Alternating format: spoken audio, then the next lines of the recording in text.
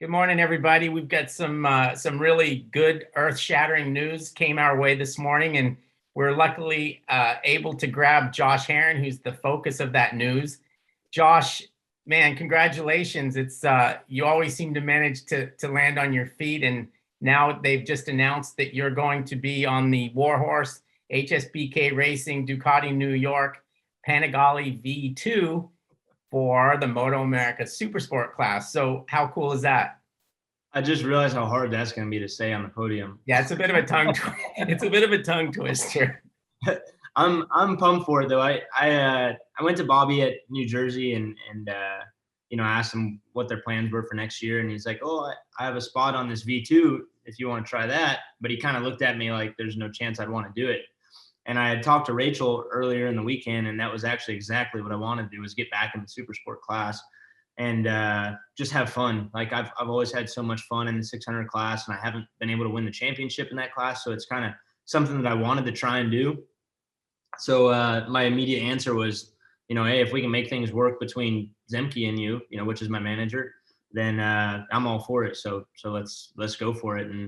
And here we are now. It's November and getting ready to go and ride this bike for the first time today. I just got it today to be able to try, and got a couple events coming up, so I'm pumped.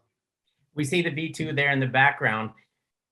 Actually, it is November, but that's pretty early these days for racers to know what the hell they're doing, right? Yeah, I'm pumped.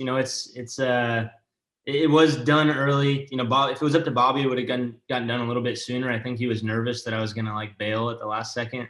Me and Zemke kept laughing about it because he would call us and ask a couple of times, like, we're good, right? And little did he know I was more excited about the whole deal than he was. So I was kind of thinking the same thing with him, just because I know that they've been looking at some European guys, and the V2 means a lot to Ducati right now. And I was worried that they were going to get some Moto2 rider or something to come over. So I wanted to get the deal done as quick as I can.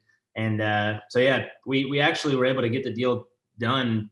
Probably my deal with Yamaha ended on October 31st, and I signed, November 1st. So the deal was done super fast, and yeah, I'm excited about that because it means that I can just have something to focus on and be, have a goal in mind and know what I'm doing, and not be kind of lingering around like a lot of guys. So we got a head start on a lot of people, I'm sure, and really excited about it.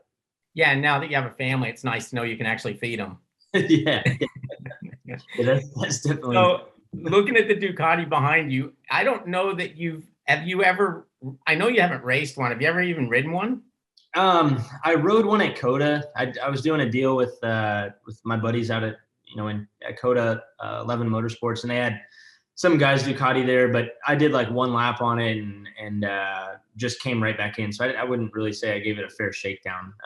I rode this bike around the block right before I got on the Zoom call with you guys, and it's pretty fun. I didn't talk to the guy about how to turn all the electronics off, because that was one of the biggest things I told Bobby. I was like, hey, if I'm doing this deal, I want to be able to do whatever I want to do on the street. Like I want to go and do cool videos again, because I haven't been able to do that for 3 years now. And I feel like it's really hurt my presence online. It's like, I got to do this, not only online, but like, that's just how I learned that I do well on the racetrack, is when I can have fun on motorcycles. And that's my way of getting away from the stress of racing and having fun on a bike. And so I was like trying so hard, and I had 15 minutes before the Zoom call to like try and figure out how to turn the ABS off on it. And I know there's a way to, but I got it in race mode and was able to have some fun on it, but I need to get the ABS off so I can go slide it around. But yeah, first impressions were good. It's a lot of fun. I was actually like kind of surprised at how torquey it was, because coming off a super bike for a couple of years, I was expecting it to feel super slow, but it was actually really torquey. Obviously on the street, I wasn't able to go see how the top end was on it, but it was like I said, super torquey on the bottom. So do you have any? Well, the other cool thing I need to talk to you about is you're going to WeatherTech Raceway Laguna Seca this weekend, and they have a big car event there with like Formula One cars and all kinds of really cool stuff. It's called Velocity, and you're going to be going up there and actually doing some demo laps, which is kind of cool. You'll actually get to ride a Ducati on the track. I mean, it's not race speed or anything, but at least you can get the feel for things. Yeah, I think we'll be on the V4, so it's gonna be a little bit different, but it's just like you said, getting a feel for like how that engine is. I'm sure it feels a lot different than what I'm used to. So just being able to spend some laps on it will be nice. And I'm excited to go up there and kind of show the car world what motorcycles are all about. I think there's so many car guys that are so wrapped up in cars, and I think they need to see what motorcycles are all about. So I'm excited to go up there and ride around. I heard Hayes is going on the attack bike, so I'm excited to just go and ride with him, because I've been working with him for the last 6 months. So it'd be fun to get back on track with him after not seeing him out there for a few years. So I'm excited about the whole deal, and Laguna is one of my favorite places to go to. So it'll be a good time, and yeah.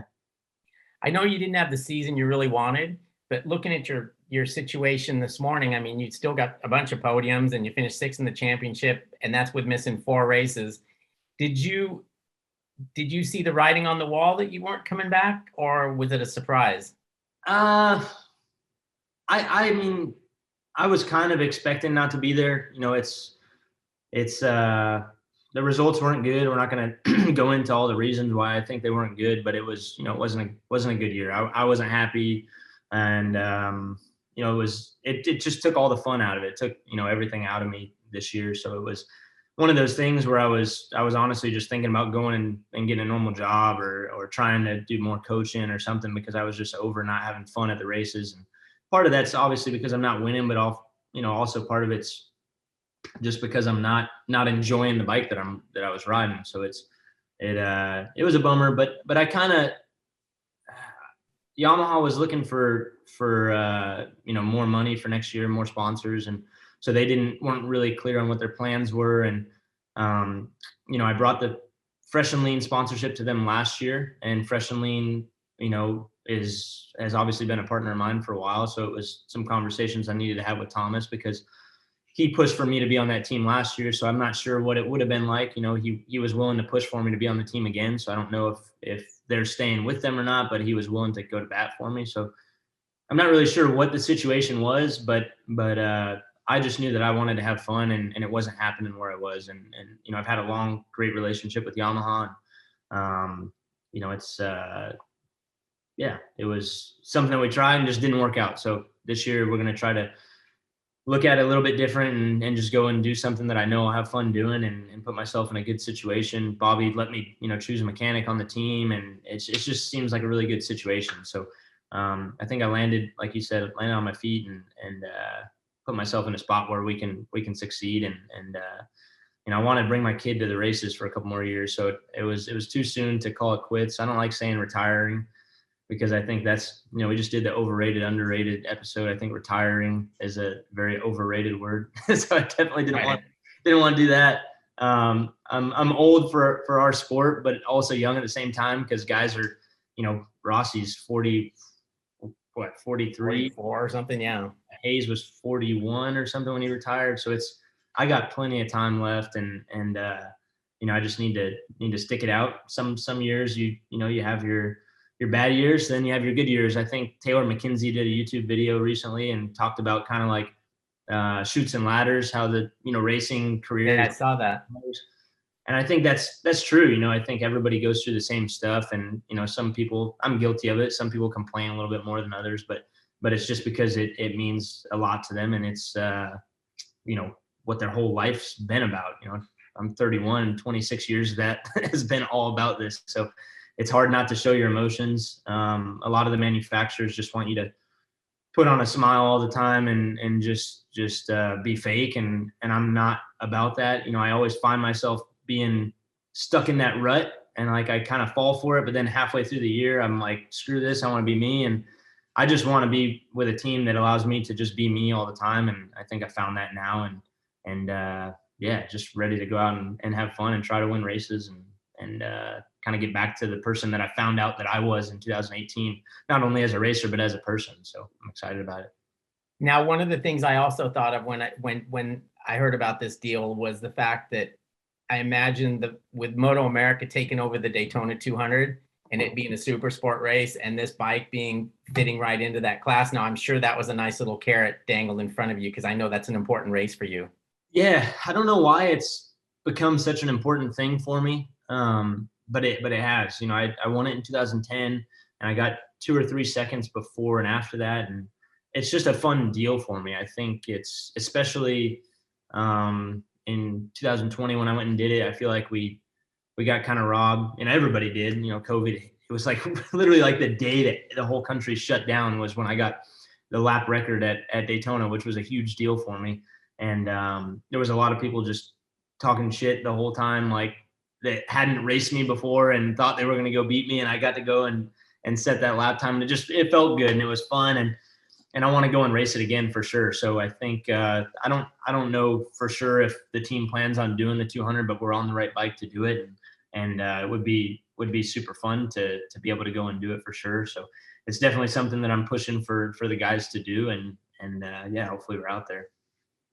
All right, I'm going to let you go. And again, thanks for joining us today. Congratulations on the announcement. I think it's going to be a nice fit for you, and I'm sure you'll contend for that championship. And if you get to do the Daytona 200, I'm sure you'll be at front there too. So thanks, Josh, and go back to your family and have a good day and get comfortable on that bike. All right, thanks, Paul. Thanks, guys. See you all next year.